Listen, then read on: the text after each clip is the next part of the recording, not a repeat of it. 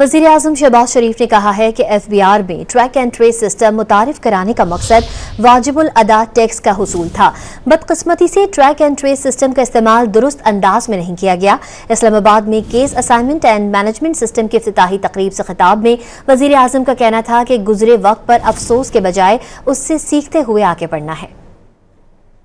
Was introduced in FBR, Federal Board of Revenue, to collect due taxes from industry, whether it's tobacco or cement or sugar and so on and so forth.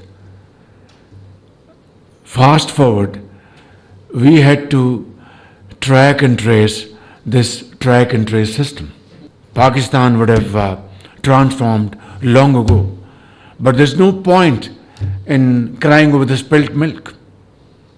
We have to learn our lesson and move forward. We shall and we must recover every penny which is due for the betterment of the people of Pakistan.